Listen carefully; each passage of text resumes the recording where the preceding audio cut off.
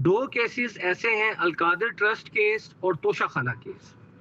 जो इतने कसीर documented cases हैं और इतने मजबूत डॉक्यूमेंटेड केसेस हैं कि मुझे नहीं लगता कि इन दो केसों में सजा से बच सकते हैं। यानी नैब की सतह पर तोशा खाना केस चाहे नैब में चले तब भी उसकी सजा के पूरे इम्कानात हैं। और जो इस वक्त सेशन कोर्ट में वो केस चल रहा है इलेक्शन कमीशन की दरखास्त पर, वो भी इंतहाई मजबूत और जानदार केस है उनके खिलाफ। और इसी तरह जो अलकादिर ट्रस्ट केस है उसमें तो हर चीज डॉक्यूमेंटेड है और इतनी मजबूत डॉक्यूमेंटेड है। देखिए, बरतानिया का पैसा देना, पाकिस्तान में पैसे का आना और उस पैसे को फिर एक दूसरी ट्रांजैक्शन के रूप में एक खास शख्सियत को फायदा देना, ये सारी चीजें ऐसी हैं जो एडमिटेड हैं। और काबीना में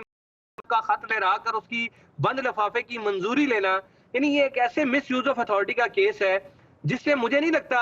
कि ये इससे बड़ी आसानी के साथ इन केसों से निकला जा सकता है। ये अगर किसी सियासतदान पर, मैं अगर ये कहूँ ना कि किसी सियासतदान पर अगर नैब के मजबूत तरीन केसेस कौन से तारीख में रहे या हो सकते हैं, तो मैं अलकादिर ट्रस्ट केस को और तोशा खाना केस को मजबूत तरीन केसों में गर्दानता हूं और उनको शुमार उनका करता हूं। लेकिन इमरान साहब,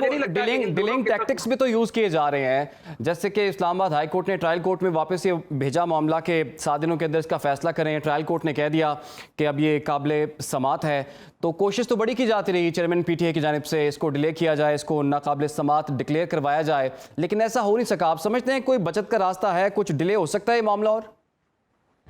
देखिए, बदकिस्मती रही है कि इस तरह के मुकदमात को तवालत के जरिए, ताखीर के जरिए, ताखीरी हरबों के जरिए, लीतो लाल के जरिए और रोने धोने के जरिए लटकाने की कोशिश की जाती है और कानूनी हरबे इस्तेमाल किए जाते हैं। तो आपके पास बहरहाल इन दोनों केसों की हद तक मैं समझता हूँ कि चारागार सिर्फ इतना ही है कि वो किसी तरीके से अगर इनको लटका सकते हैं इलेक्शन तक, ताखीरी हरबे इस्तेमाल कर सकते हैं तो वो कर सकते हैं। अदरवाइज अगर आप इनको कानून के मेरिट के एतबार से देखें, अगर ये मुकदमात अदालतों में चल जाते हैं तो तोशा खाना केस जो इस वक्त सेशन कोर्ट में काबिल समाअत है, उसका फैसला, उसमें तो गवाही टोटल 6-7 है और वो केस तो मेरा ख्याल है कि 2-3 महीने के अंदर उसका बड़ी आसानी के साथ फैसला होकर उसका कोई ना कोई आउटकम निकल सकता है। इसलिए उनके पास बहरहाल रास्ता यही है कि इन केसों को लटकाएं और उन्होंने यकीनन ये हरबा अभी तक बहुत खूबसूरती के साथ इस्तेमाल किया है, बहुत महारत के साथ इस्तेमाल किया है।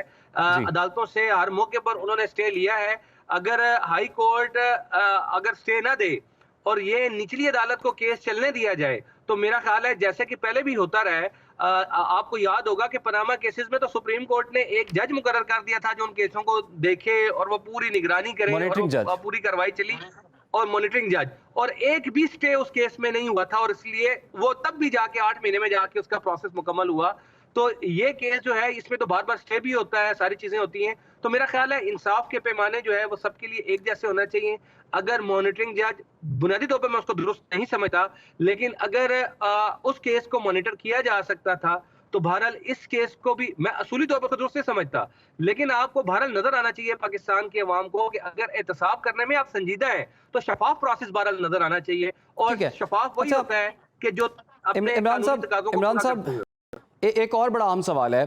ये भी बातें हो रही हैं कि ये जो अलकादिर ट्रस्ट केस है इसमें कोई वादा माफ गवाह भी कोई बनने जा रहा है। वो गवाही बड़ी इंपॉर्टेंट है जिसके हवाले से ज़रा ये बता रहे हैं कि वो गवाही हो सकती है। अभी पहले तो ये था, नैब तरामीम से पहले कुछ यही इतला थी कि आप हमें ज़्यादा बेहतर गाइड कर सकते हैं कि जो वादा माफ गवाह बनेगा वो भी शरीक मुलजिम ठहरेगा, लेकिन अब जो नैब तरामीम हुई हैं उसमें वादा माफ गवाह को क्लीन चिट मिल सकती है और वो शरीक मुलजिम नहीं होगा और उसकी गवाही बड़ी इंपॉर्टेंट होगी। तो इस केस में ये जो वादा माफ गवाह वाला जो पॉइंट है उस पे आपकी क्या टेक है? मेरा ख्याल है ये वादा माफ गवाह वाला जो चीज डाली गई है ना इसमें, और कानून में तरमीम करके वादा माफ गवाह को जो फायदा दिया गया है, ये मेरा ख्याल है जब अदालतों में आखिर में जब केस आएगा ना तो ये कमजोर करेगा इस केस को। यानी एक अच्छा खासा केस है, डॉक्यूमेंट्री अदरवाइज वो साबित शुदा है, उसमें वादा माफ गवाह आप डालेंगे और वादा माफ गवाह